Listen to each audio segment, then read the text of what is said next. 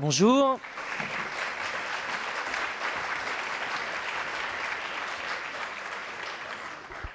Donc, je vais me présenter rapidement et vous présenter les intervenants ensuite. Donc, je suis Stanislas Dupré, le directeur général de l'agence Utopie, qui travaille sur les questions de développement durable et notamment auprès du secteur financier. Donc aujourd'hui, je vais avoir le plaisir d'animer un débat avec différents intervenants de renom. Donc Claude Alfandéry,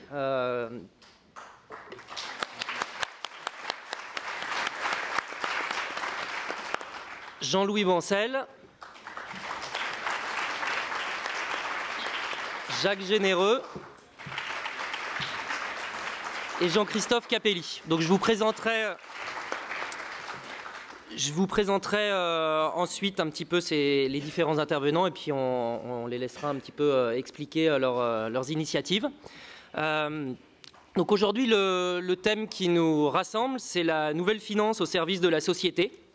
Donc c'est un thème assez large sur lequel on va essayer de se recentrer sur la question notamment du changement d'échelle. Comment des initiatives aujourd'hui alternatives peuvent finalement faire tache d'huile sur le reste de la finance et nous permettre de faire face aux enjeux considérables auxquels le monde est aujourd'hui confronté. Donc aujourd'hui, on s'aperçoit que les institutions financières vont avoir à faire face à des changements assez considérables. Globalement, dans les années à venir, on va assister à un transfert de production et de pouvoir économique des pays industrialisés du Nord vers les pays du Sud. Cela va se faire dans un contexte dans lequel les institutions internationales et donc les banques, d'une certaine façon, vont avoir comme objectif d'essayer d'éradiquer la pauvreté, d'une part, et d'autre part de limiter les conséquences sociales de ce transfert de pouvoir économique dans les pays du Nord. Les banques et le secteur financier auront un rôle crucial à jouer dans ce transfert-là et des millions d'emplois, la condition de vie de millions de personnes dépendra de la capacité du secteur financier à, je dirais, relever ces enjeux.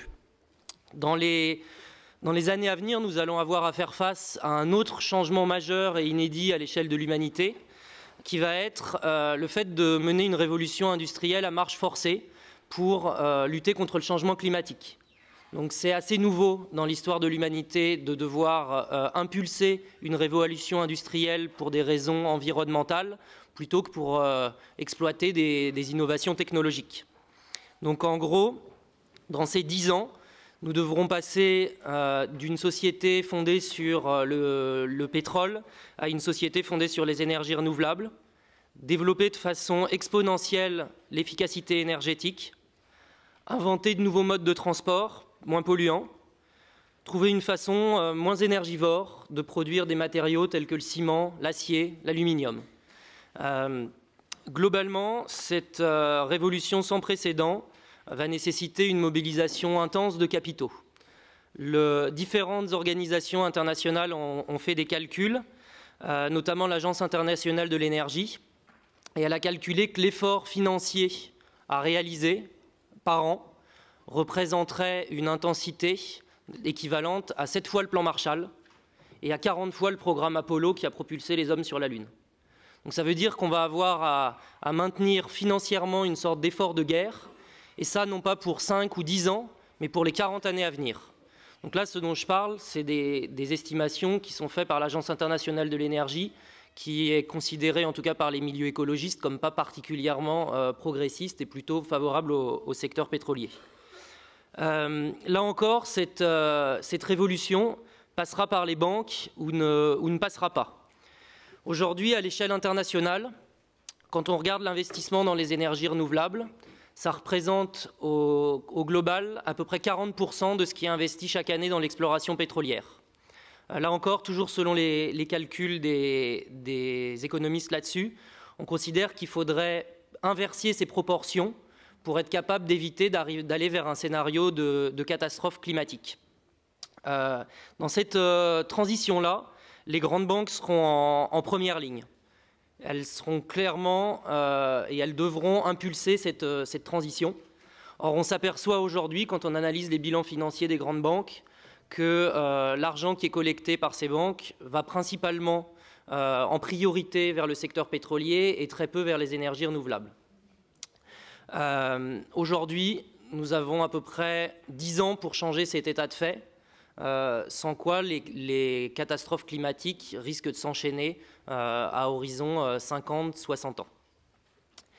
Donc face à ces défis titanesques, d'un côté des transitions économiques, d'un autre côté des challenges environnementaux, de nombreux acteurs, souvent alternatifs, ont commencé à développer des solutions et de nouveaux outils financiers.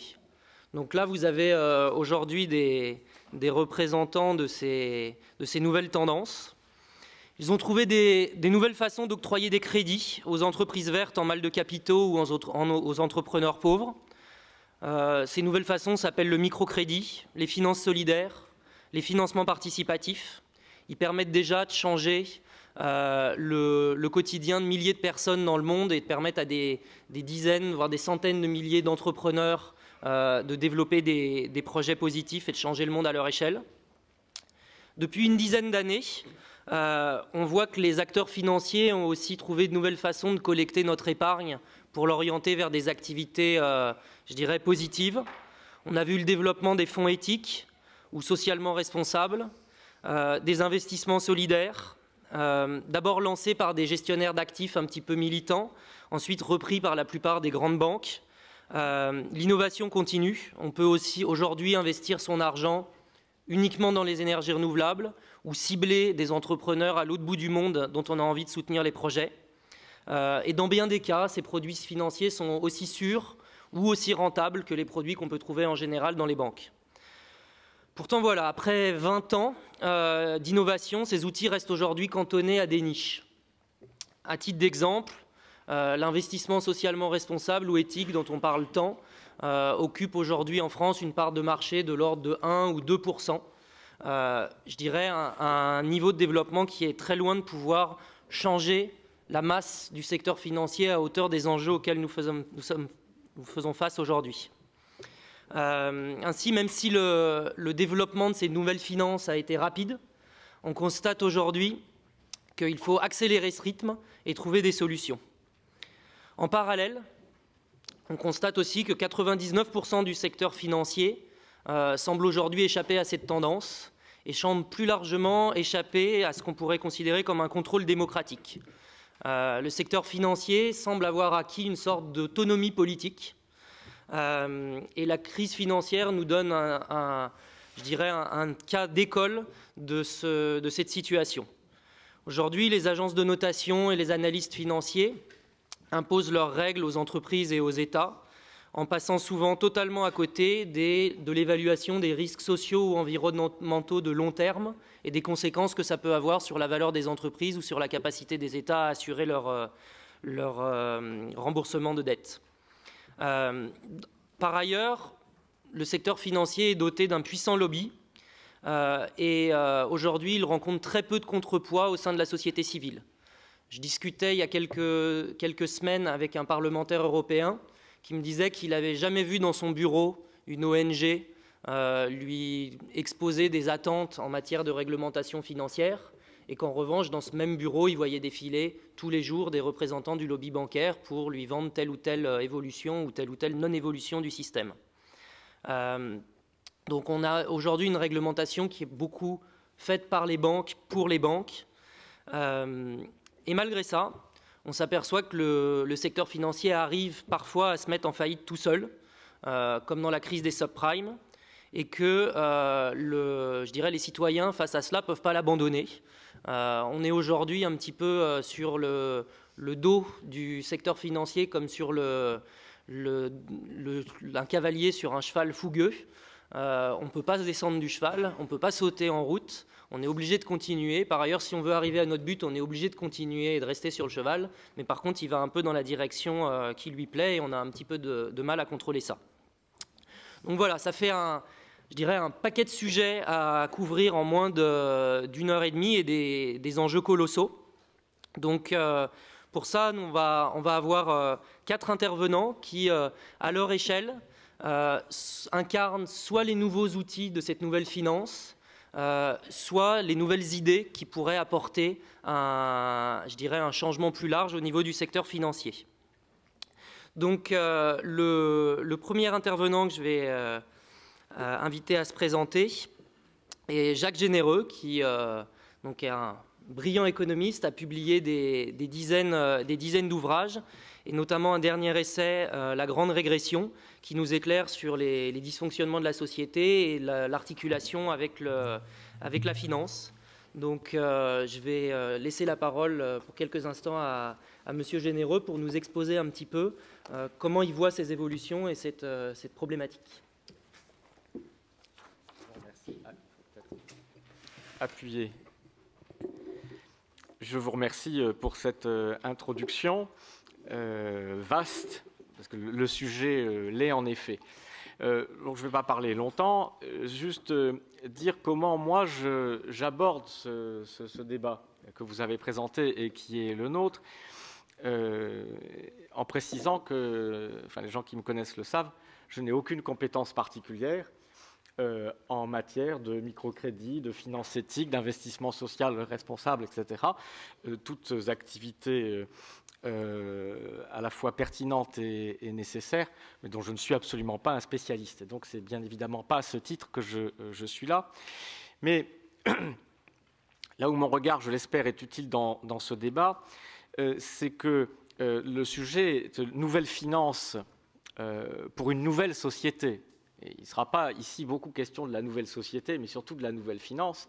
Mais puisque on me fait l'honneur de me donner la parole en premier, je me permets un petit cadrage justement sur cette question. Parce qu'évidemment, toute la question de savoir comment on pense une nouvelle finance dépend de la question de savoir comment on pense cette question de la nouvelle société. Alors d'abord, nous sommes déjà dans une nouvelle société, comme c'est normal dans l'histoire. La société change en permanence. Depuis une trentaine d'années, nous sommes dans une nouvelle société qui, à bien des égards, n'a plus grand-chose à voir avec celle qu'ont connue mes parents, que j'ai connue quand j'étais enfant ou adolescent, ou qu'ont connue mes grands-parents. Nous sommes dans une nouvelle société, en effet, qui est en pleine régression de civilisation.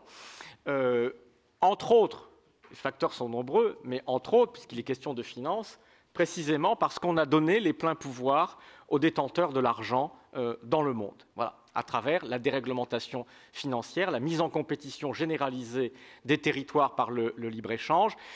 Ceux qui ont la réalité du pouvoir économique, bien sûr, ce sont les détenteurs de l'argent et des capitaux, mais pas seulement, puisque par la mise en compétition, ça a été très bien évoqué par Stéphane, ils ont aussi le pouvoir de mettre en compétition les systèmes fiscaux, les systèmes sociaux, etc.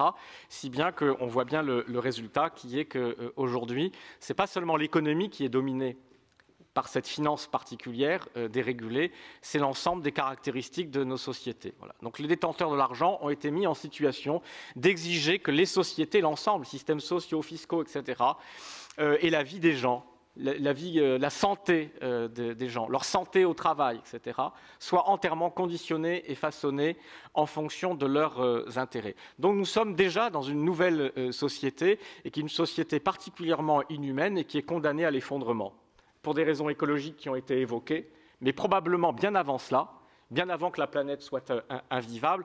Ce sont nos sociétés qui seront devenues invivables et qui nous conduisent vers des bouleversements épouvantables, dont on ne sait pas quelle peut être l'issue s'il n'y a pas une issue politique, un changement de société. Donc bien évidemment, la nouvelle société dans laquelle on doit penser la nouvelle finance, et d'abord, ce n'est pas la seule dimension, je me concentre sur la dimension qui nous intéresse aujourd'hui, est d'abord une société dans laquelle sera aboli ce pouvoir exorbitant donné aux détenteurs de l'argent. Voilà. Où la monnaie, la finance, sera restaurée comme un instrument du financement de la production des choses utiles, du financement des biens publics, bref, un instrument au service du progrès écologique, social, etc. Alors dans ce cadre-là, et je m'arrête là pour laisser la parole à nos amis, dans ce cadre-là, il y a une défaillance au cours des 30 dernières années que je viens d'évoquer, une défaillance totale des politiques qui, non seulement n'ont pas résisté, mais ont été les acteurs. Ce n'est pas la finance qui a imposé cette nouvelle société, ce sont les acteurs politiques, ce sont des choix politiques qui l'ont mise en œuvre. Et donc, bien évidemment, face à cette défaillance des États, fort heureusement, des acteurs de la finance, des acteurs sociaux se sont mobilisés pour essayer d'inventer une autre finance que la finance. Et ils vont vous en parler, ils sont très compétents pour cela. C'est une excellente chose, mais comprenez bien ma position dans ce débat, c'est que je considère évidemment que la nouvelle finance ne peut pas être que ce qui est aujourd'hui une finance marginale à côté de l'essentiel de ce qui fait le financement des économies, le financement des entreprises et le financement des États. La nouvelle finance, c'est une nouvelle finance pour tous les financements. C'est une nouvelle finance de l'entreprise ordinaire, c'est une nouvelle finance internationale, c'est un nouveau mode de financement des besoins publics. C'est-à-dire qu'il ne peut pas y avoir une finance éthique d'un côté et une finance qui ne serait pas éthique. Des investissements socialement responsables et des investissements qui ne le seraient pas. Cela n'a aucune espèce de sens. Donc la seule réflexion fondamentale pour moi à terme sur ce type de sujet est la réflexion qui vise à savoir par quels instruments politiques, économiques et financiers on fait que tous les investissements sont socialement responsables, que toute la finance est éthique. Car qu'est-ce que ce serait qu'un projet de société dans lequel on admettrait qu'il puisse y avoir, d'une part, une économie qui est éthique, socialement responsable, utile à la vie bonne des êtres humains sur Terre, mais qui se développerait à côté d'une autre économie et d'une finance qui, elle, ne le serait pas. Évidemment, ça n'a aucune espèce de sens. Merci beaucoup, Jacques Généreux.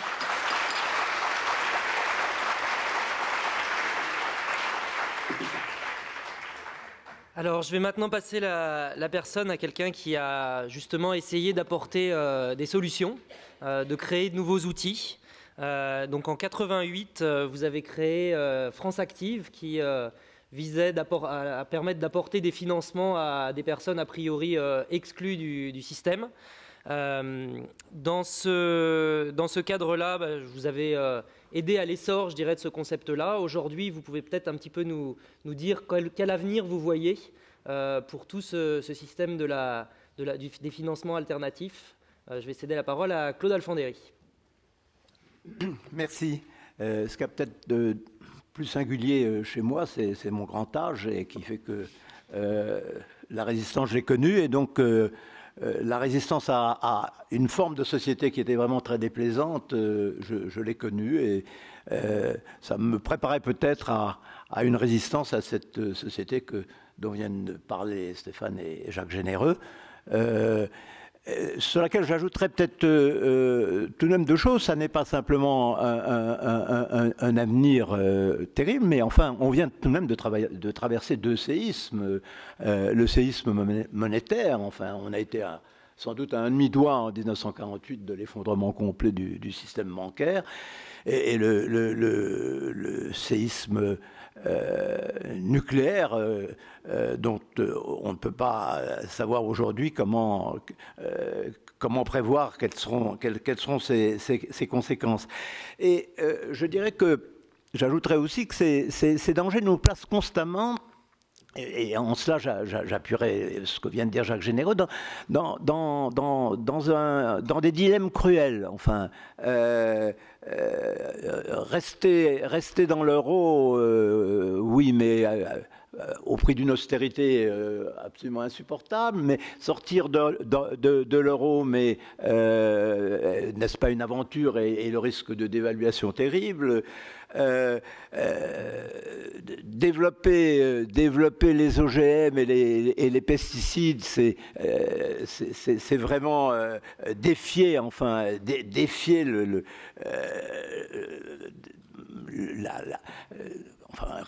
des risques de désastres épouvantables, mais stopper complètement toute recherche, est-ce que ça n'est pas rendre difficile de vaincre la faim dans le monde,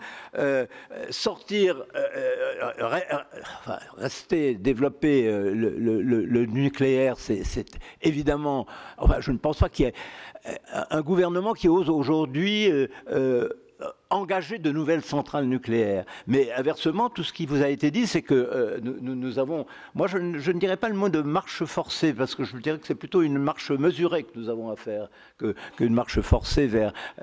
pour tous les travaux que nous avons pour cette reconversion de la société. Mais bien entendu, sortir du nucléaire, c'est aussi très difficile et ça implique un plan de sortie. Donc tout ça veut dire que on ne peut pas, la société actuelle ne peut pas, l'économie actuelle ne peut pas continuer sur la lancée actuelle. Elle doit changer de modèle. Elle ne peut pas rester sur un modèle fondé sur une recherche démesurée des profits pour une productivité maximale et avec un marketing effréné. Alors changer de modèle, oui, mais c'est pas facile. C'est évidemment extrêmement difficile tant nous sommes tous imprégnés dans nos comportements à la fois individuels et collectifs par le modèle actuel, par l'idéologie présente. Et pourtant, et alors c'est là que j'en viens à la question qui me posait, nous avons toute une série d'exemples tout à fait anticipateurs qui montrent que on peut faire autrement. Je voudrais dire tout de suite, avant d'entrer dans l'un des exemples que j'ai bien pratiqué, que ceci, et là je rejoins complètement Jacques Généreux, n'est que anticipateur, et ceci à soi seul ne permettra pas de maîtriser les déséquilibres de la société actuelle. C'est toute une série de problèmes d'éducation, de pratiques de la démocratie qui sont aussi nécessaires. Mais enfin, il est intéressant de voir que dans toute une série de domaines, des besoins nouveaux se sont révélés et on a pu montrer qu'il y avait d'autres modalités de les satisfaire. Enfin, je pense à tout ce qui tourne autour de l'insertion par l'activité économique, à l'emploi, à l'accompagnement vers l'emploi de ces gens qui sont rejetés du marché du travail. Je pense au problème de l'alimentation et de l'agriculture avec les circuits courts. Je pense, comme je l'ai dit tout à l'heure, à tout ce qui est nécessaire dans le domaine du recyclage, de la protection de l'environnement, d'énergies nouvelles et qui ont déjà donné lieu à un certain nombre d'expériences. Et c'est parce qu'il y a ces expériences qu'on avait besoin de nouveaux types de financement. Parce que sur ces expériences, le banquier traditionnel ne venait pas. Le banquier traditionnel ne venait pas parce que c'était des projets qu'il ne sentait pas, dont il ne voyait pas la rentabilité. C'était des porteurs de projets qui n'avaient pas les capitaux nécessaires. Et donc, il y avait une sorte de court-circuit absolu entre la banque et les porteurs de tous ces innombrables petits projets que je n'ai pas le temps d'énumérer, mais qui sont la matière grise qui nous a permis de monter ces financements nouveaux. Il n'y a pas de financement nouveau s'il n'y a pas en face des besoins d'un type nouveau. Et c'est dans cette situation-là que nous avons pensé, effectivement, avec la création de France Active, qu'il était possible d'aider les banques à reconsidérer leur position par rapport à ces porteurs de projets, soit petits porteurs de projets individuels, soit porteurs de projets collectifs pour soit apporter du travail à des gens qui sont rejetés du marché du travail, soit apporter des services qui sont ignorés de l'économie, faute de rentabilité suffisante. Nous avons pensé que c'était possible en nous adressant aux banques.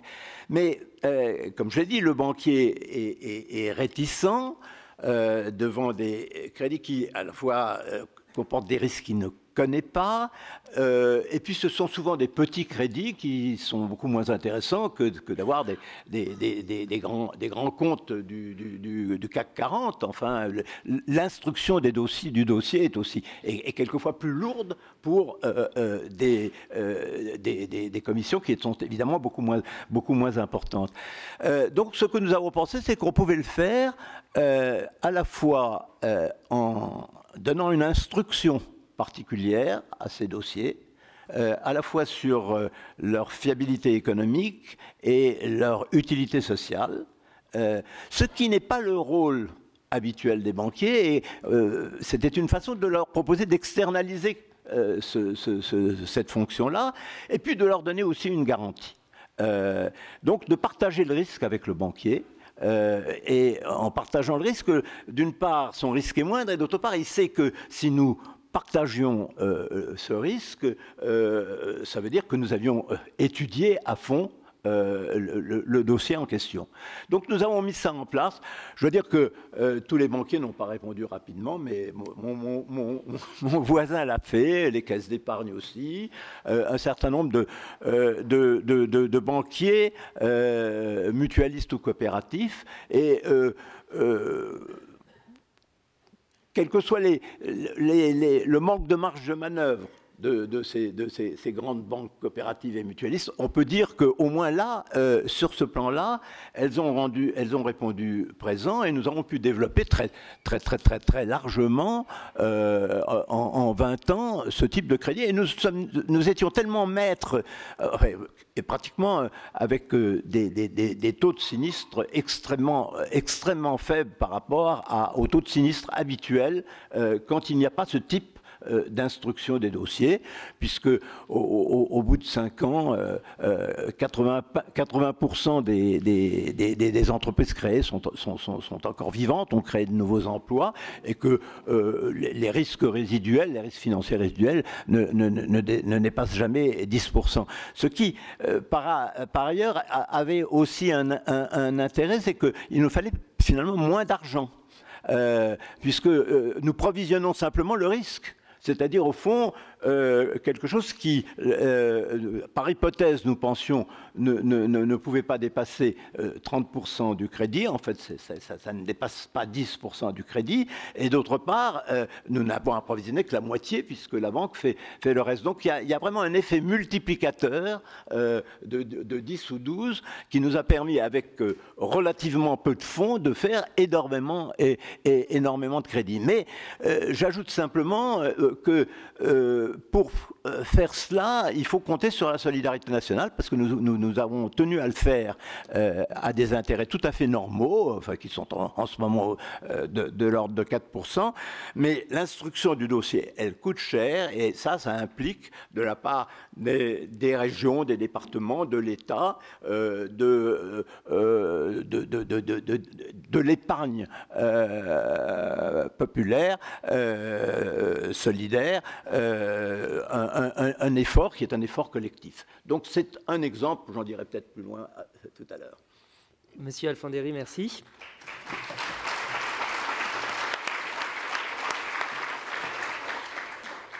Alors je vais maintenant passer la parole à un entrepreneur qui, je dirais quelques dizaines d'années après Monsieur Alfandéry, a aussi créé un projet visant à trouver de nouvelles sources de financement pour des entrepreneurs qui peuvent être isolés. Donc en s'appuyant sur un nouveau média, Internet, Jean-Christophe Capelli, vous avez créé Friends Clear, qui donc permet à des internautes d'investir dans des projets d'autres internautes, et ainsi de mettre en relation des épargnants et des porteurs de projets. Est-ce que vous pouvez nous expliquer un petit peu comment ça fonctionne, et puis surtout dans quelle mesure ça peut répondre aux problématiques qu'on évoquait en introduction, et apporter des solutions en matière sociale ou environnementale éventuellement? Effectivement, en fait, en matière de banque et de finance, hein, la banque et la finance, c'est un des plus vieux métiers, du monde. Et il y a finalement assez peu d'innovations. Des innovations sont apparues dans la période récente grâce à Internet. En fait, Internet est un formidable outil pour rapprocher les gens. On s'en sert tous les jours. Et pourquoi il n'en serait pas de même en matière financière? Il y a des épargnants qui ont de l'argent et qui souhaitent orienter leur épargne différemment, en fait. Et puis de l'autre côté, on a des porteurs de projets, des entrepreneurs qui ont des projets un peu atypiques, qui n'entrent pas forcément dans les circuits bancaires traditionnels, parce qu'ils n'ont peut-être pas toute la rentabilité attendue telle que l'attend le secteur financier. Donc l'idée est simple, c'est les mettre en relation sur Internet. Donc ça, c'est une initiative qui, au niveau mondial, reste encore modeste. Vous avez peut-être entendu parler du site Internet kiva.org, qui permet à des épargnants essentiellement américains d'orienter leur épargne vers des micro-entrepreneurs dans les pays en voie de développement. On a l'équivalent en France avec le site de Babylone. Et moi, avec quelques amis, en fait, je suis le cofondateur d'un site internet de finance participative ici en France qui s'appelle Friends Clear. Friends comme les amis et Clear pour évoquer la clarté. On a choisi un nom anglophone pour pouvoir le faire dans d'autres pays d'Europe. L'idée est simple. C'est d'un côté, on a des entrepreneurs qui ont des projets qui souvent sont en reconversion, et quand ils poussent la porte d'une agence bancaire, sont des petits montants, 5 000 euros, 10 000 euros, moins de 25 000 euros. Le banquier n'a pas le temps, c'est devenu une industrie de masse, en fait, il n'a pas le temps d'analyser ce genre de dossier. Et puis il ne comprend pas tous les enjeux. Si vous avez un projet de cabane solaire, un projet de bar à smoothies bio, pas forcément sa tasse de thé. Alors que de l'autre côté, vous avez des épargnants qui veulent aider des projets de développement durable, des projets portés par des femmes, des projets dans leur région. Et grâce au formidable outil qui est Internet, en fait, on peut les rapprocher les uns les autres et faire en sorte que celui qui veuille emprunter puisse obtenir un crédit bancaire avec le soutien en fait, des épargnants. Donc c'est une initiative que l'on mène aujourd'hui en France. Il faut faire les choses autrement, en fait. Moi, je ne compte pas uniquement sur la finance mondiale, ou même pas du tout, pour faire face aux urgences qui sont les nôtres. Si on tient compte uniquement de l'urgence climatique, de l'urgence énergétique, de l'urgence écologique, en fait, les analyses disent qu'en France, il faudrait investir massivement dans les années qui viennent 600 milliards d'euros. C'est une somme colossale.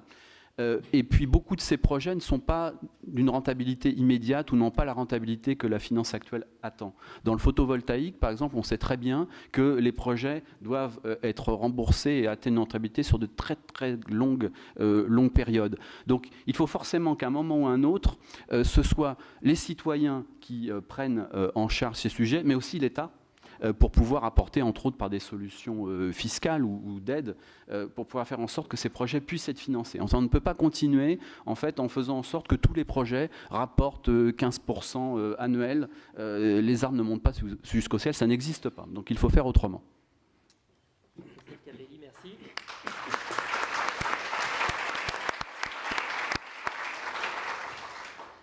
Alors, je vais maintenant passer la parole à notre quatrième intervenant, qui est le banquier du panel. Alors, par les temps qui courent, c'est pas le rôle le plus facile à jouer, mais qu'il l'assume. Pour Jean-Louis Bancel, c'est un petit peu plus facile quand même, puisqu'il est président du Crédit Coopératif, qui fait figure de banque un peu alternative en France, intégrant un petit peu toutes ces nouvelles démarches. Donc Jean-Louis Bancel, est-ce que vous pouvez nous parler un petit peu de la façon dont le crédit coopératif fonctionne? Et puis on a entendu que suite au buzz créé par Cantona, vous avez eu des dizaines et des milliers de nouvelles ouvertures de comptes et que vous croulez sous les demandes. Oui, donc, non, comme je dis, je suis un banquier qui n'a pas de problème, qui a juste des petits soucis et j'en suis heureux. Les gens tapent à la porte pour pouvoir venir déposer leur argent et avoir une activité avec notre banque. Alors, très, très brièvement, je voudrais d'abord vous remercier les uns et les autres d'être présents parce que le Crédit Coopératif est partenaire de cette Université de la Terre et le nombre de personnes présentes nous montre bien que le cri de Cantona est révélateur du fait qu'il y a d'autres gens qui partagent pas forcément les solutions, mais en tout cas les interrogations que portait ce cri. Alors le Crédit Coopératif, on ne va pas le classer dans les opérateurs jeunes, puisque c'est une banque qui aura bientôt 120 ans, donc celle-là, elle fait qu'elle a son âge, mais c'est parce que nous sommes coopératifs et que nous voulons rester coopératifs, je vais y revenir, que je pense nous sommes aujourd'hui dans cette démarche qui est globalement d'être une banque, alors que vous avez qualifié d'alternative, ça me va très très bien, parce que je vis, et je le vis pas mal, hein, mais je fréquente beaucoup de mes collègues banquiers, voire de la haute finance, et on viendra pour moi la différence entre banque et finance d'ailleurs, sur ce monde qui est bien connu dans d'autres domaines, qui est, vous le savez, TINA, there is no alternative. Je pense que ça n'est pas vrai et c'est la conviction profonde du crédit coopératif. Et ceci se résume pour ceux d'entre vous qui êtes déjà sociétaires du crédit coopératif ou qui envisagez de le devenir, nous faisons notre convocation à notre Assemblée générale tous les ans avec un petit livret qui est notre rapport coopératif. Et vous voyez le thème de notre rapport coopératif de cette année, peut-être pour les gens du fond de la salle c'est un peu dur, c'est « Notre avenir est entre nos mains ». Et c'est bien sûr la thématique que nous avons. Alors, très brièvement, le crédit coopératif, c'est 270 000 clients, personnes morales, parce que le crédit coopératif a été créé au XIXe siècle pour financer les coopératives. Et puis, c'est élargi au monde des associations, des mutuelles, des fondations et des entreprises, d'une façon générale. Donc, est totalement immergé dans l'activité sociale, économique de notre pays, mais c'est aussi, depuis pas mal d'années déjà, des particuliers qui apportent de l'épargne et nous sommes des pionniers, on en parlera dans la table ronde, dans le domaine de la finance de partage. Nous avons été les premiers à créer avec le CCFD qui a fêté ses 50 ans récemment, le premier fonds de partage en Europe, où donc vous déposez de l'argent, nous le faisons fructifier de façon prudente, mais vous partagez une partie des revenus de votre épargne avec des associations de votre choix, d'autres produits bancaires, financiers de ce type. L'année dernière, le crédit coopératif et l'ensemble de ses clientèles ont permis de redistribuer 2,6 millions d'euros à 52 associations dans des domaines très divers, le Nord-Sud, l'aide au développement, les énergies nouvelles, etc. Le crédit coopératif, c'est une structure vivante. 4 exemples concrets. C'est la capacité à accompagner des projets comme France Active ou comme l'ADI depuis l'origine, parce que nous croyons que le travail est un outil de dignité, est un outil d'émancipation, et il est normal qu'un banquier, comme nous sommes, aide les gens qui aident les autres à trouver un travail. C'est également le banquier historique des SCOP. Alors les SCOP, c'était au 19e, les sociétés coopératives et ouvrières de production. Alors aujourd'hui, ça veut dire les sociétés coopératives et participatives. Donc j'en donne un exemple très concret parce que j'étais à une table, on en parlait à midi. Le crédit coopératif est derrière un très très beau projet d'une SCOP qui est basée à Toulouse, qui s'appelle WebSourd et qui permet aux gens qui sont sourds et qui sont signants, grâce à Internet, de pouvoir, où qu'ils soient, il faut un minimum d'installation tout de même, dialoguer au guichet public ou ailleurs. Le crédit coopératif, c'est un banquier immergé chez les saltimbanques. Nous sommes la banque des saltimbanques. Nous avons 9000 entreprises culturelles que nous accompagnons comme banquiers dans le spectacle vivant, le cirque, le théâtre et plein d'autres activités. L'année dernière, nous avons été reconnus pour notre activité de banquier en nous voyant décerner le prix de mécène de la culture. Et nous venons d'être, ça vient d'être annoncé, le premier banquier, enfin nous sommes historiquement le banquier, mais nous sommes le mécène du Festival d'Avignon, le théâtre populaire créé en 1947, bien sûr. Et surtout, je voudrais donner ce dernier exemple, le crédit coopératif, c'est 120 000 personnes majeures protégées, c'est-à-dire des gens qui sont incapables juridiques, qui sont clients du crédit coopératif, parce que ce n'est pas parce que vous êtes dans une situation d'incapacité sociale, morale, intellectuelle, ou physique, de pouvoir être autonome juridiquement, que vous devenez un non-citoyen économique. Il faut que vous ayez accès, bien sûr, à l'argent, parce que tout majeur protégé, que vous soyez sous tutelle, sous curatelle, vous avez besoin de l'argent. Et c'est ça que les 2000 collaborateurs du crédit coopératif contribuent à faire. J'aurais pu donner de moultes exemples. Et donc, je terminerai par ce que vous disiez. Le crédit coopératif, c'est très clairement... Vous parliez tout à l'heure de banque de niche. Alors, les collègues qui travaillent avec moi au crédit coopératif savent que j'ai horreur qu'on soit qualifié de banque de niche, parce que les seuls animaux qu'on mette dans les niches, ce sont les chiens, pour moi. Et j'ai une autre expression. Crédit coopératif, c'est l'arche de Noé. Vous savez, l'arche de Noé, c'est là où on a mis un couple de chaque espèce pour qu'il repeuple la terre lorsque le déluge a eu lieu. Eh bien, c'est ça le crédit coopératif, c'est l'arche de Noé. Ça n'est pas une banque de niche.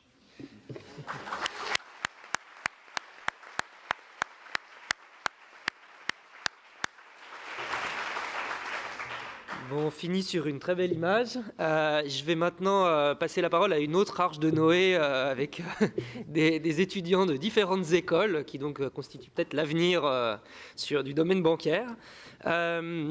Donc ce panel va poser quelques questions à nos intervenants.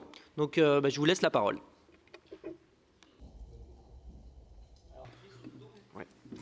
Bonjour à tous, je m'appelle Benjamin, je suis étudiant à HEC. J'avais une question à vous poser sur la finance et la régulation des États.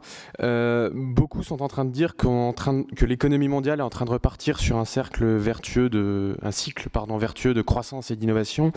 N'avez-vous pas le sentiment que la crise a finalement mis en lumière un caractère cyclique de l'économie que les États et gouvernements auraient du mal à infléchir, mais aussi que finalement, on assisterait progressivement à une situation où la finance et les marchés reprendraient leurs droits et que les États assisteraient d'une certaine manière impuissants à ce phénomène, notamment de par la volonté permanente de la finance et des marchés à contourner la régulation qu'on leur impose.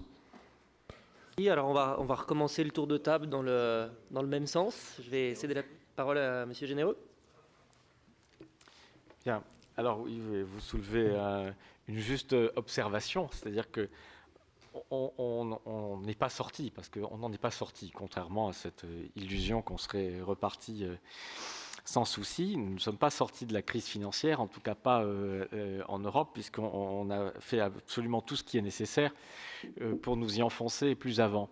Mais nous avons vécu, à partir de 2008, une crise financière gravissime, qui a des racines anciennes, mais dont une des racines essentielles et fondamentales est la grande déréglementation de la finance, qui a autorisé justement la finance normale, entre guillemets, vous savez, la non-éthique, la non-responsable, la non-solidaire, de faire tout et n'importe quoi, comme jamais dans l'histoire de la finance.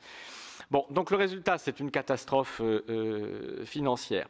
Mais ce n'est pas la seule. Depuis 30 ans, tous les 5, 6, 7 ans, vous avez une grande catastrophe.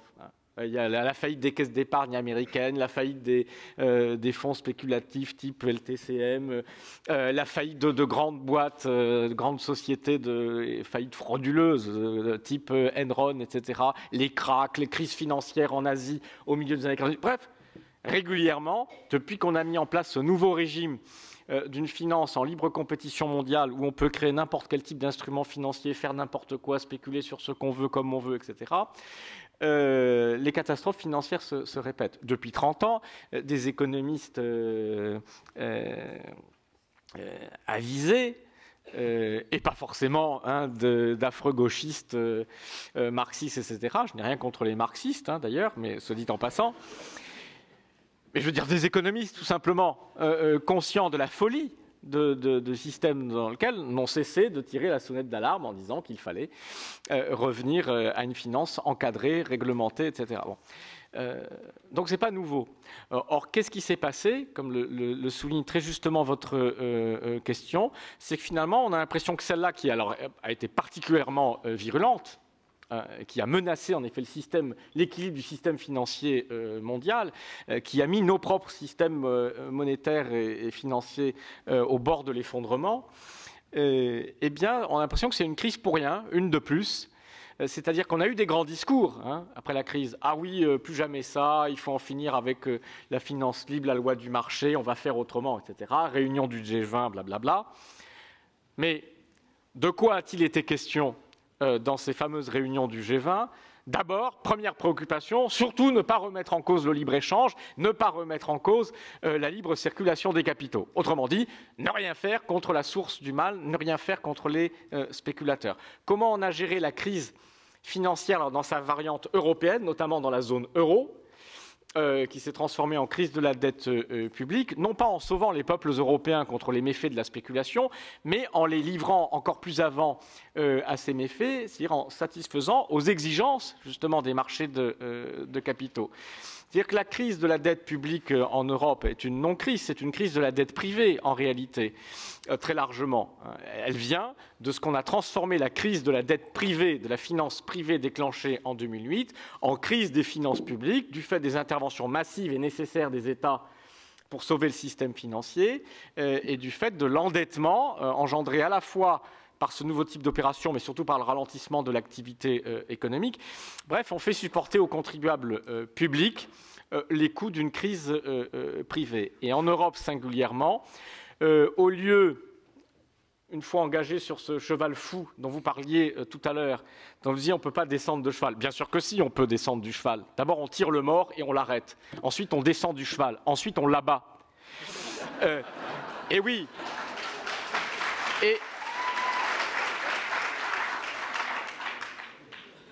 Au lieu de faire cela,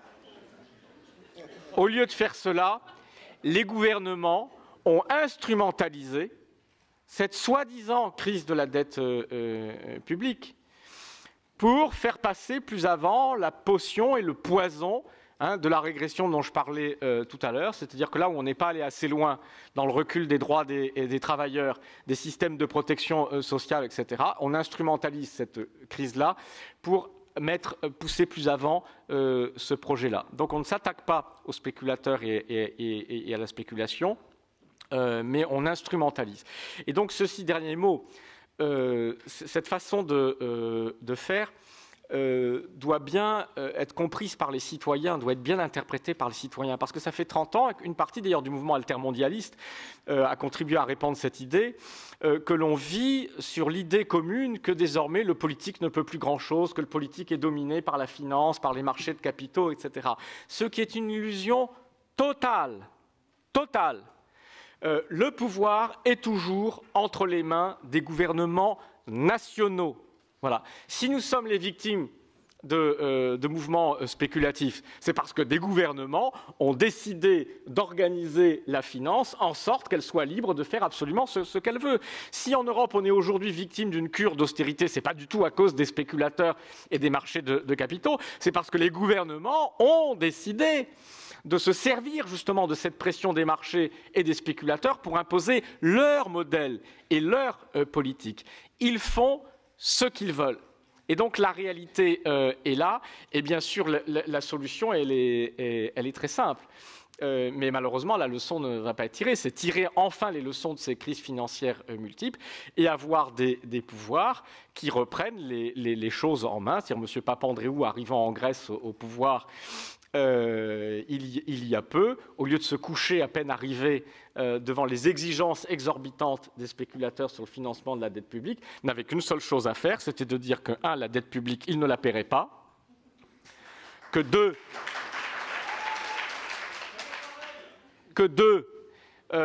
donc moratoire général, que 2, il examinerait dans cette dette publique ce qui est la dette légitime qui doit, parce que des dettes ça doit être remboursé, ce qui est la dette normale et légitime qui doit être assumée notamment par les moyens des ressources publiques et financières, et que 3, il recommencerait à discuter dans la restructuration de cette dette avec les financiers qui accepteraient de le refinancer. Et il serait immédiatement, évidemment, venu pour négocier. Et nous n'aurions pas eu la crise de la dette publique grecque, qui n'a rien à voir avec un soi-disant surendettement. Certes, ils sont surendettés, un surendettement des Grecs, mais les Japonais sont également surendettés, 200% de leur PIB, c'est beaucoup plus que les Grecs. Simplement, leur dette est financée par les Japonais.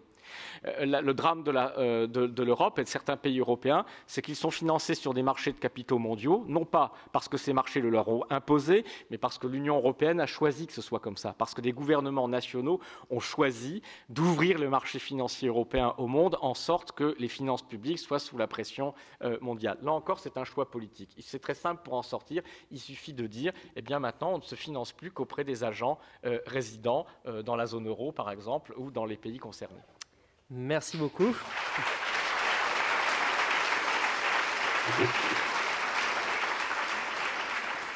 On va continuer le tour de table, toujours dans le même sens. Alors, Claude Alfandéry, est-ce que vous lui tordez le cou au cheval, vous galopez dessus? Dites-nous un petit peu.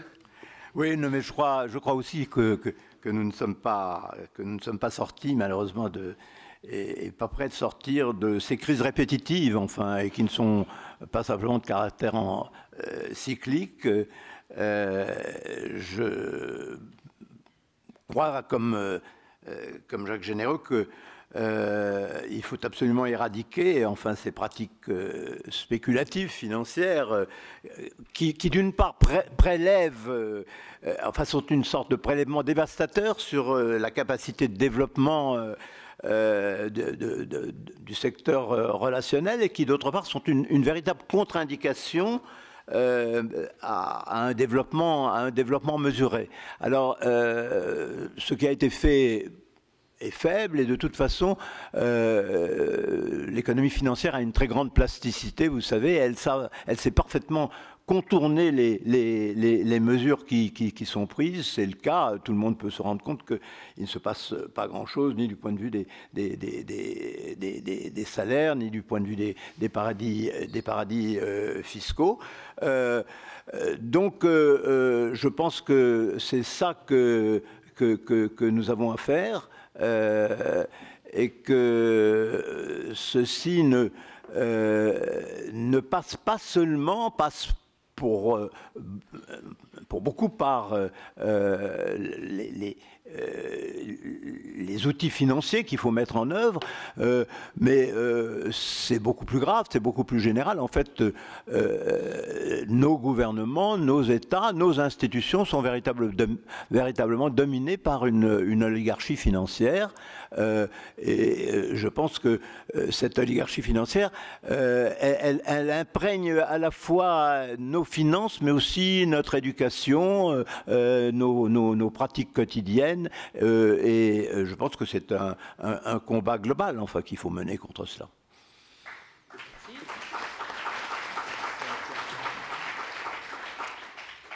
Alors Jean-Christophe Capelli, vous participez aussi à un groupe de réflexion sur les nouveaux business models dans la banque. Donc, est-ce que vous pensez qu'il peut y avoir un lien entre ces deux sujets et la façon dont ça peut évoluer? Je le disais tout à l'heure, en fait, la banque, c'est un vieux métier, mais il y a pourtant des innovations. Si on regarde par exemple ce qui se fait dans deux pays africains, au Kenya et en Tanzanie, pour les populations qui sont mal bancarisées ou pas du tout bancarisées, en fait il y a une société qui s'appelle M-Pesa, M-P-E-S-A, vous pouvez aller voir son site internet. C'est une solution toute simple en fait pour des populations pauvres qui sont dans des villages où il n'y a aucun accès à l'électricité, aucun circuit bancaire, mais en revanche où il y a un réseau de téléphonie mobile. Tout le monde a un téléphone mobile. C'est la possibilité, en fait, pour les commerçants, les artisans, d'être payés, en fait, par échange de fonds, mais directement d'un téléphone mobile à un autre. En fait, on envoie un SMS au commerçant qu'on veut régler quand on est face à lui sur un marché, en fait, en disant je règle tel numéro de téléphone de tel montant pour tel sujet. On envoie le SMS et l'argent s'échange. C'est très utile. Lorsque le commerçant doit lui-même avoir des espèces, il se rend à la grande ville, il est face au distributeur, de la même façon il envoie un SMS avec le code du guichet automatique bancaire, et il peut avoir un mot de passe qui lui permet de retirer de l'argent. Donc il y a des choses qui sont possibles pour lutter contre la grande pauvreté, la mauvaise bancarisation en fait, des populations les plus pauvres. Il y a des évolutions. Alors moi je ne suis pas économiste, hein, mais comme certains économistes, je suis atterré Je suis atterré parce qu'on a fini par croire qu'on ne pouvait rien faire pour améliorer le fonctionnement des marchés financiers. J'ai, en tant que simple citoyen, écouté ce que le G20 pouvait mettre en place. On avait parlé de paradis fiscaux et de leur suppression. Ils sont toujours là. On avait parlé d'une taxe sur les transactions financières. Eh bien, on n'en entend plus parler. Alors, il ne faut pas seulement jeter la pierre en fait, sur les marchés financiers et puis de se dire les États vont nous aider. Je crois tout à fait, comme vous l'avez dit, que les États ont encore beaucoup d'autorité et ils peuvent être partie prenante parce qu'on s'est tous habitués les uns les autres à ce qu'un placement financier rapporte beaucoup d'argent. Donc là, on a une responsabilité les uns les autres. Moi, je le vois à travers notre site Internet, puisque sur le site Internet de Friendly, on met en relation des entrepreneurs qui ont besoin d'argent avec des gens qui les aident à les financer. Donc de l'intérêt circule entre les deux. Et on me dit, mais ça ne me rapporte pas assez mon placement quand je prête à des entrepreneurs. Les entrepreneurs me disent, ça coûte trop cher. C'est parce qu'on s'est tous habitués collectivement à, quand on a fait un achat immobilier, à payer pas plus de 4%, surtout pas plus, mais quand on investit son argent, à en entendre au moins 15%. Mais l'argent, c'est le même argent, si vous voulez. Donc ça sort de la même poche, ça rentre. Il y a peut-être des histoires de transformation et de délais qui ne sont pas les mêmes, des échelles temporelles qui sont différentes, mais c'est le même argent. Donc arrêtons, on a aussi cette responsabilité, arrêtons de croire que des placements financiers doivent nécessairement rapporter beaucoup d'argent. Sinon, on entre dans une spirale en fait, terrible de la dette, mais aussi du poids de l'intérêt. Si on prend cette bouteille d'eau, en fait, une grande partie de son prix est représentée et due en fait, aux intérêts qu'on paye le transporteur routier pour financer l'achat de sa flotte de camions, l'industriel pour financer l'usine qui a permis de mettre en bouteille cette eau. Donc on peut même aussi se demander à quoi sert l'eau en bouteille, mais c'est un autre sujet. Donc les solutions passent non pas par dire où les méchants circuits financiers internationaux, on en est tous convaincus, l'État a un rôle à jouer, mais nous aussi en tant que citoyens, il faut qu'on redécouvre en fait les vertus d'une économie plus modeste. Merci.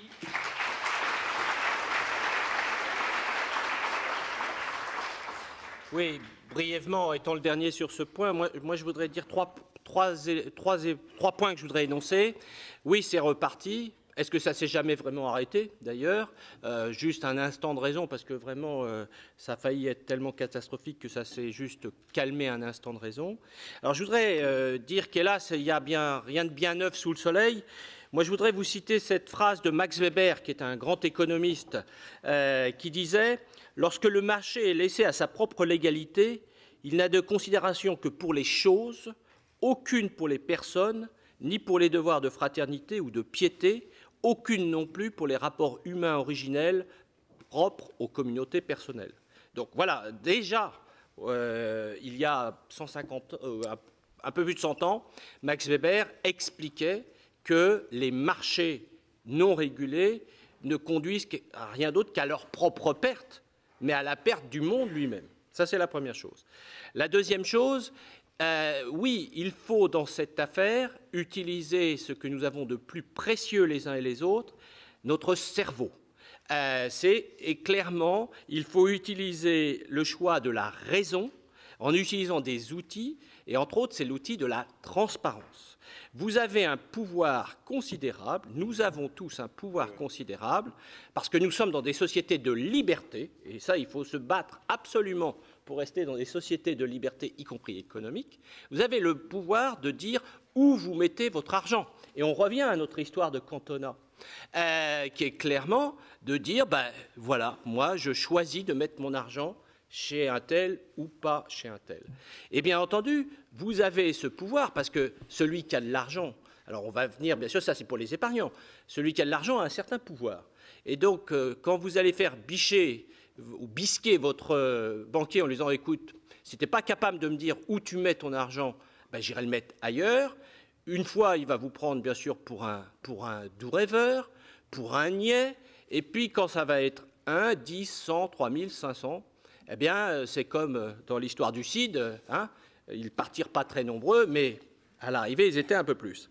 Donc, là-dessus, la régulation est indispensable. Alors, pour ceux d'entre vous que ça intéresse, je vous renvoie à regarder un article qui est sorti là, dans le site internet de Alternative économique, qui est un excellent magazine économique dont je recommande la lecture, parce que faire comprendre, c'est ça notre intelligence. Et il a fait, Christian Chavagneux, qui est un économiste, un macroéconomiste que j'adore, qui est le rédacteur en chef adjoint, a fait un papier très intéressant sur un article de journal que vient de faire M. Greenspan. Alors M. Greenspan, vous savez qui c'était? C'était le grand gourou qui présidait la Fed, et il a fait un papier dans le Financial Times pour expliquer que la nouvelle loi américaine, c'était monstrueux. Et alors, voilà ce que dit M. Greenspan.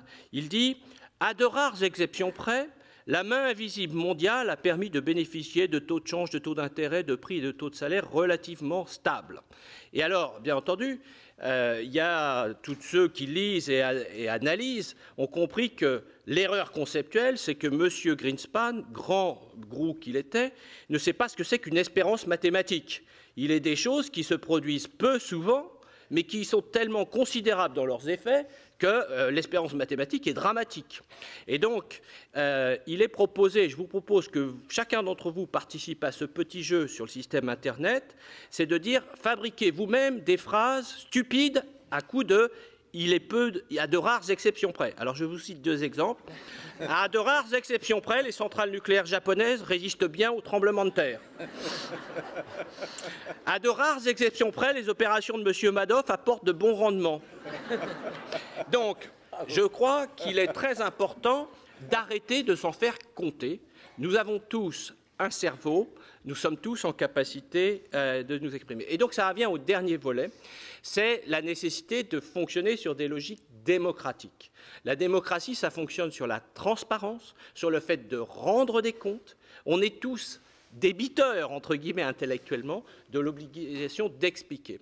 Et donc, je vous explique qu'il y a quelques parlementaires européens qui ont lancé l'initiative de créer une grande ONG dans le domaine financier qui devrait s'appeler Finance Watch.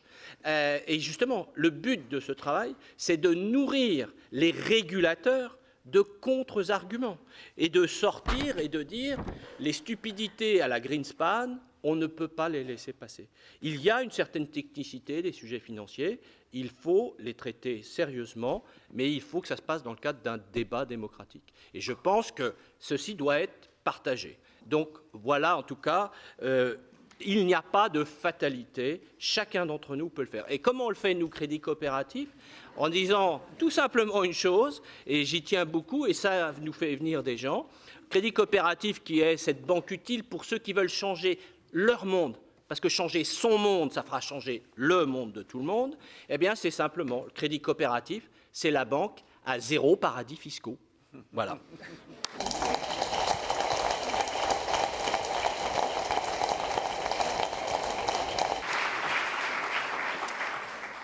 Bon, alors, à de rares exceptions près, les panels ont en général du mal à tenir les timings prévus, donc on n'est pas dans l'exception.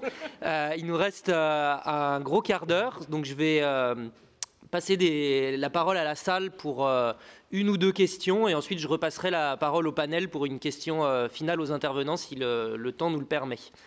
Donc, une question là-bas. Alors, je ne sais pas si vous êtes la première main levée, mais en tout cas, vous êtes la première que j'ai vue, donc je vous en prie, appuyez sur le bouton. Donc, si vous pouvez rapidement vous présenter, dire le nom de l'intervenant auquel vous adressez la question, et puis une question courte, si possible. J'ai une question pour Mr. Généreux. Je m'appelle Barbara Navarro et j'étais intriguée par la dynamique en Islande qui ont en fait ils ont fait le geste d'abattre le cheval en disant non, les banques, on ne vous paie pas.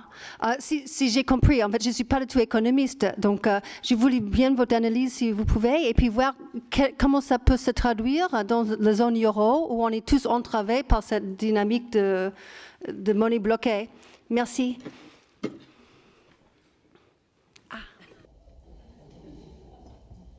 Oui, je vais répondre brièvement. L'Islande donne l'exemple, c'est-à-dire quand les citoyens exaspérés, et évidemment avec un politique qui est à l'écoute et qui s'appuie, on a parlé de démocratie, c'est fondamental, qui s'appuie sur la volonté populaire, peut mettre le holà. Et c'est intéressant parce que l'Islande est un petit pays. Et vous savez qu'on dit toujours, un pays tout seul, maintenant, ne peut plus rien faire, il ne peut pas sortir du jeu, pas respecter les règles, parce que sinon, etc. Mais déjà, dans les années 90, la Malaisie, toute seule, au moment où le FMI imposait sa volonté à tous les autres sur sa manière de gérer la crise, la Malaisie, pardon, un petit pays, hein, dans l'économie mondiale, a dit non, le FMI, on n'en a pas besoin, nous, on reprend le contrôle de notre monnaie, de nos mouvements de capitaux, on va faire à notre façon. Et ils sont sortis, étaient les premiers à sortir de la crise, qui s'en sont le mieux tirés. Et on pourrait multiplier les exemples. Donc c'est un exemple à suivre. Alors vous dire comment ça se passerait très concrètement chez nous, en Europe, pour des pays de la zone euro. Il n'y a aucune difficulté à le faire, encore une fois. Donc ça, c'est la grande illusion, la grande peur. C'est dire, mais attendez, mais alors, si vous ne remboursez plus, etc., qu'est-ce qui se passe? Bon. Donc, évidemment, la situation est différente selon les pays. Alors, la grande difficulté, elle est pour les pays qui sont très endettés vis-à-vis d'investisseurs non résidents, étrangers, c'est-à-dire dans le monde, parce qu'il y a des possibilités, évidemment, de rétorsion éventuelle. Bon, ça n'est pas le cas pour un certain nombre de pays, disons, d'importance moyenne, par exemple un pays comme la France, parce que quand vous parlez de rétorsion, le problème, c'est la rétorsion, c'est dans tous les sens. Donc quand vous avez une puissance moyenne telle que la France, par exemple, qui dit « nous, maintenant, on va faire autrement, on va appliquer d'autres règles » de manière unilatérale, je dirais, il n'y en a pas beaucoup qui vont s'amuser à se lancer dans le jeu des mesures de rétorsion, parce que c'est à double tranchant. Mais surtout, ce n'est pas grave, parce que la difficulté majeure qu'il y a à remettre en cause un système de financement ou une dette publique vis-à-vis de l'étranger dépend de la question de savoir si vous aurez à nouveau besoin des gens pour qu'ils vous prêtent de l'argent. C'est ça qui tient les pays. Et c'est comme ça que le FMI tenait évidemment un certain nombre de pays pauvres. Évidemment, vous n'allez pas dire « Ah ben non, je ne rembourse plus » à quelqu'un à qui, la semaine d'après, vous savez que vous allez devoir vous adresser pour lui dire « Ah oui, mais j'ai besoin que vous me prêtiez d'argent. » Donc évidemment, la clé de tout ça, c'est, et ça fait partie de la nouvelle finance, et notamment de la nouvelle finance publique, c'est de renationaliser le financement des besoins publics. Les besoins publics d'un État doivent être financés, par l'impôt, et les cotisations sociales, à la hauteur des besoins courants. La dette publique doit servir à financer des opérations longues qui sont d'investissement à long terme, mais qui génèrent des ressources futures, ou pour compenser les chocs conjoncturels, les pertes de recettes liées à un choc conjoncturel, mais qui sont récupérées elles-mêmes et autofinancées quand l'activité repart, d'une part, et d'autre part, elles doivent être financées auprès des marchés résidents, des banques résidentes, des épargnants résidents dans la zone, et non pas auprès d'investisseurs étrangers. Donc c'est ça la clé. Donc, et je vous disais, c'est l'exemple du Japon. Le Japon n'a pas besoin des épargnants américains ou chinois pour financer sa dette publique. Bon. Donc ça, c'est la clé. Reprendre le contrôle du financement de ces besoins publics. Et à ce moment-là, eh bien, c'est le débat démocratique qui décide quel est le niveau des dépenses publiques. Il y a des pays où on en veut peu, il y a des pays où on en veut beaucoup. Tout le monde peut avoir ce qu'il veut en démocratie, et les États ont largement les moyens. Et donc, mais le problème, c'est qu'évidemment, on est maintenant dans une situation de NAS et de crise pour un certain nombre de pays. Donc, la première chose à faire quand vous êtes en train de vous noyer, c'est de remonter à la surface. Donc, quelles qu'en soient les conséquences, il faut bien comprendre que ce qui est en train d'être infligé à des pays comme la Grèce, maintenant le Portugal, etc., est insoutenable et insupportable. Et comprenez bien que l'issue, le vrai danger, ce n'est pas tant de savoir s'il y a des choses ne vont pas être remboursées ou des banques vont être en faillite. Le vrai danger, c'est de savoir à quel type de révolution on va acculer ces États et à quel type de chaos quand vous faites vivre au pays des choses qui sont insupportables. Donc la responsabilité politique dans ces situations-là, c'est de sortir de la nasse en disant « stop, c'est fini, on ne paye pas et on fait autrement ». Et si les financiers étrangers veulent faire la guerre, il faut bien comprendre une chose, c'est qu'ils ne peuvent pas. Ils n'ont pas d'armée. Voilà. Donc, il faut aussi penser, faire fonctionner son cerveau. Le pouvoir, il appartient dans les démocraties aux gouvernements qui sont légitimement élus. Et eux, ils ont le pouvoir de se protéger et de se défendre contre les agressions extérieures. Ce que n'ont pas les grands financiers qui n'ont que le pouvoir que les politiques leur laissent en leur donnant toute liberté de faire ce qu'ils veulent. Merci. Waouh, merveilleux. Deuxième question au milieu. Il faut un micro parce que c'est enregistré. Bon, ben, alors je prends mon tour. Je suis Yves Michel, éditeur. Je salue les propos de Monsieur Généreux qui sont un peu plus radicaux que ce qu'on entend souvent. Et je m'adresse à vous, Stéphane, par rapport à votre introduction. Vous dites qu'on va avoir besoin de 600 à 800 milliards pour investir dans les énergies renouvelables. Donc les banques vont être en première ligne. Non, stop. Ce paradigme, il est urgent d'en sortir. Les banques émettent de l'argent quasiment ex nihilo, mais nous pompent des vrais intérêts. Donc il est urgent de mettre fin à ce hold-up, à cet esclavage qui dure depuis environ 5 siècles et de se réapproprier notre souveraineté sur l'émission de la monnaie. Et il existe de nombreuses pistes aujourd'hui, tant au niveau local qu'au niveau national, pour renationaliser, comme dit M. Généreux, l'émission monétaire. Et cessons de payer à n'en plus finir des intérêts qui ne font que multiplier les milliardaires, etc. Reprenons notre pouvoir sur l'émission monétaire. C'est vraiment une priorité absolue. Merci pour l'intervention. Je vais prendre une autre question, du coup, puisqu'il n'y avait pas vraiment de questions. Et en plus, comme c'était adressé à Stéphane, que je suis Stanislas, et que les 600 milliards, c'était Jean-Christophe, on va passer à une autre question. Ah, ça marche chez toi. Jean-Marc Guillon de Montreuil. C'est la première fois que j'entends un banquier qui me donne du plaisir à l'écouter. C'est pas l'usage premier du banquier, mais bon, pourquoi pas. Deuxièmement, si vous voulez abattre le cheval, Jacques Généreux, je vais vous aider. On aura peut-être Brigitte Bardot sur le dos, on n'a pas fini de se marrer. C'est ce que j'ai dit. Troisièmement, ma question.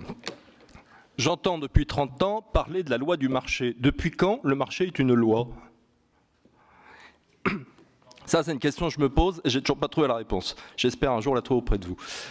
J'ai écouté il n'y a pas longtemps une conférence avec les économistes atterrés Frédéric Lordon. Il proposait ceci. En 2012, il y a des échéances présidentielles, législatives. Nationalisons au moins les 5 premières grandes banques. Qu'en pensez-vous ? Alors, je vais répondre puisque je suis le banquier de séance. Bon, non, deux choses. Premièrement, si je crains que, mais je reviens sur ce que disait Max Weber, je crains qu'il y ait une loi du marché. C'est la loi de la jungle.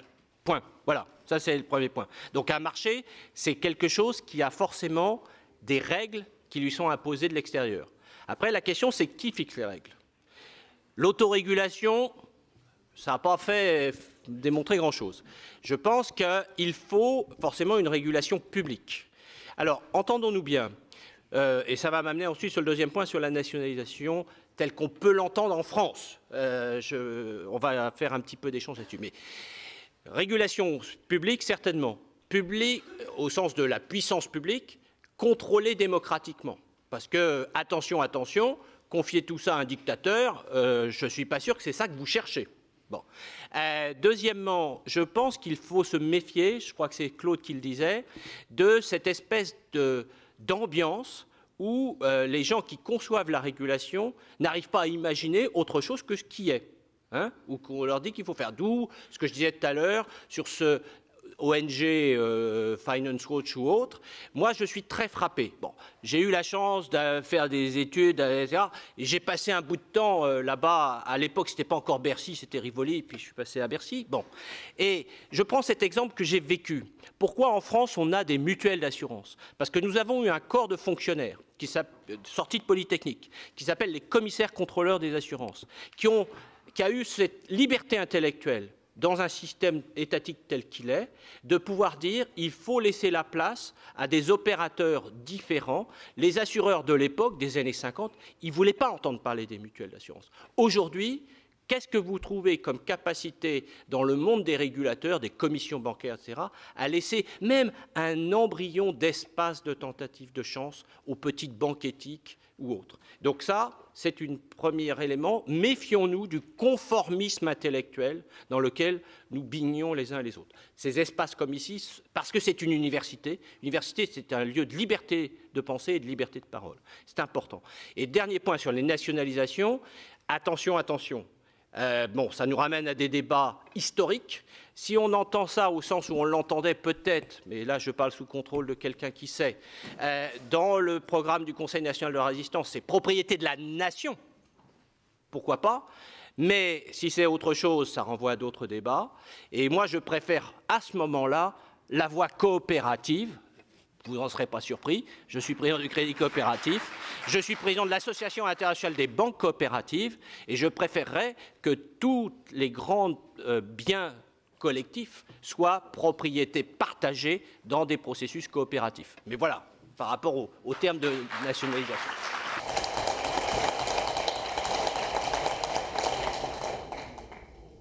Oui, je peux dire juste un mot sur la question de la nationalisation, puisqu'il faut aussi une réponse politique là-dessus. Vous savez tous que je suis secrétaire national à l'économie du parti de gauche, et donc je serai le prochain ministre de l'économie et des finances dans un...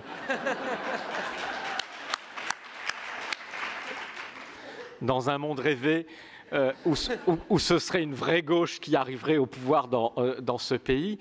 Quelle est notre position sur cette question de la nationalisation? Et je rejoins en partie ce qui a été dit à l'instant par Jean-Louis Banquel. Alors, d'abord, comprenons bien, la question de la propriété, de savoir si c'est l'État qui est propriétaire d'une institution financière ou pas, est une question relativement annexe. D'abord, il y a déjà dans ce pays des banques publiques. Ou des banques d'ailleurs quasi publiques, la BNP par exemple, quand on regarde ses actionnaires, compte tenu de ses opérations en Belgique, Fortis, etc., en réalité il y a déjà au moins une minorité de blocage, je parle sous le contrôle de gens qui connaissent mieux, mais il y a déjà beaucoup d'actifs et de parts publiques dans cette affaire-là. Ensuite, il y a tout un secteur mutualiste et coopératif qui ne fonctionne pas selon les principes, je dirais, ordinaires de l'entreprise capitaliste et de la banque capitaliste. Ce qui est important en matière bancaire et financière, et qui est le rôle du politique et donc de l'État, c'est de définir ce qui est autorisé et permis. Voilà. Donc autoriser tout ce qui sert au financement juste de choses utiles et socialement utiles, ce qui est interdit, tous les produits toxiques qui servent à rien qu'à financer de la finance, les paradis fiscaux, etc. À définir les règles. Voilà, les règles du jeu. Quels capitaux ont le droit de circuler librement, quels capitaux n'ont pas le droit. À définir des orientations en matière de politique de crédit, à prendre des instruments et à faire des interventions pour favoriser les choses qui sont des urgences écologiques, des urgences sociales, etc. En réalité, quand le pouvoir politique exerce ce pouvoir-là, comme il l'a fait d'ailleurs après la guerre en grande partie, que les banques soient publiques ou privées ne change pas grand-chose à l'affaire parce qu'elles sont obligées de fonctionner dans le cadre. Alors, ce qui ne veut pas dire que nous, en tout cas, pour le parti que je représente, nous soyons hostiles, bien au contraire, dans certains cas, il peut y avoir des nationalisations, pour une part, mais nous sommes absolument pour le maintien de la diversité et de la pluralité des acteurs de la vie économique qui peuvent être publics, qui peuvent être privés, qui peuvent être coopératifs, parce qu'il faut évidemment absolument abolir toute possibilité de monopole et laisser se développer justement l'initiative et la richesse, par exemple de ce qu'on a entendu tout à l'heure dans les propos de M. Capelli, qui montrent bien qu'on doit laisser aussi cette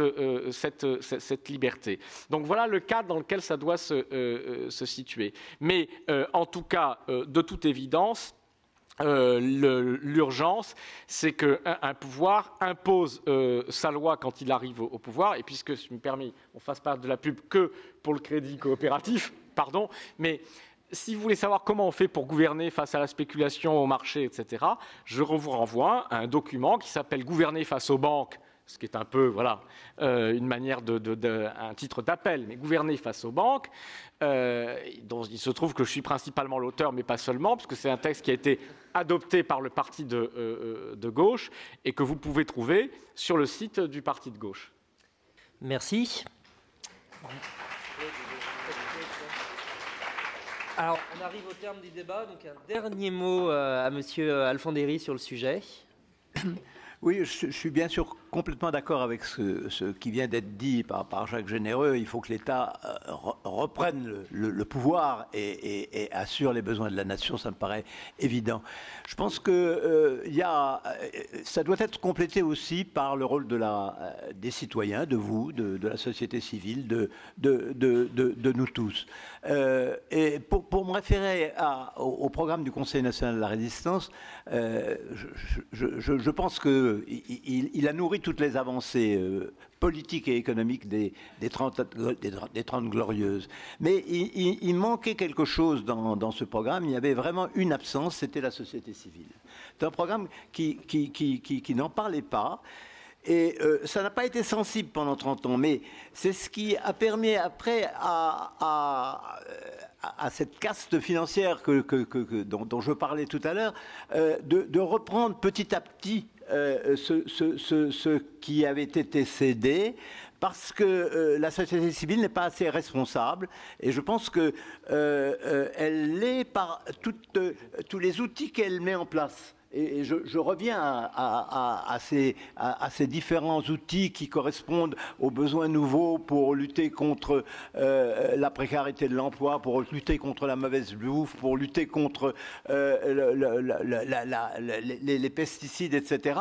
Et pour pouvoir créer des moyens financiers, des outils financiers qui donnent des ressources à tous les porteurs de ces nouvelles activités. Alors, je pense que il faut un équilibre. Il faut que l'État ne soit plus dominé, il faut éradiquer les spéculateurs financiers, il faut donc que l'État réponde aux besoins de la nation, mais il ne le fera pas si cette société civile ne prend pas une place de plus en plus grande. Et donc je plaide, moi, pour une société plurielle, enfin, où il y a certes l'État, où il y a le marché, et il y a ces initiatives multiples. Et je voudrais citer, pour terminer, ce mot que je trouve magnifique d'Edgar Morin, cette phrase d'Edgar Morin à ce sujet. L'économie sociale et solidaire doit refouler progressivement et systématiquement l'ère économique déterminée par le seul profit. Cette idée de refoulement, c'est là-dessus d'ailleurs que nous travaillons.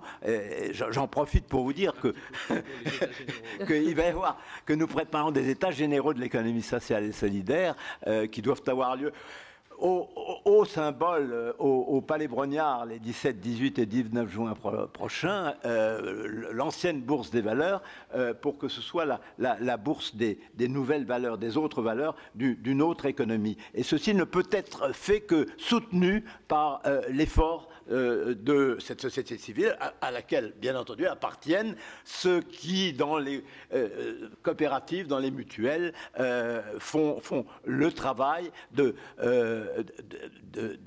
transformation de l'économie. Je vais faire la page de pub. Rédiger. Allez sur le site internet des États généraux de l'économie sociale et solidaire et rédiger des cahiers d'espérance que Claude nous demande de rédiger, parce que le Palais Brognard, ça sera la Bastille de 2011.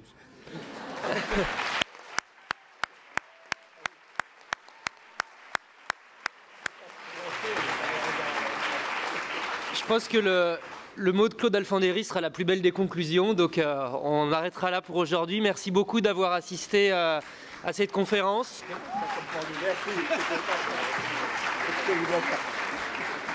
Il y a quelques années, on n'aurait peut-être pas eu autant de monde sur un sujet aussi pointu que la finance. Je pense que c'est agréable aujourd'hui de voir une salle pleine.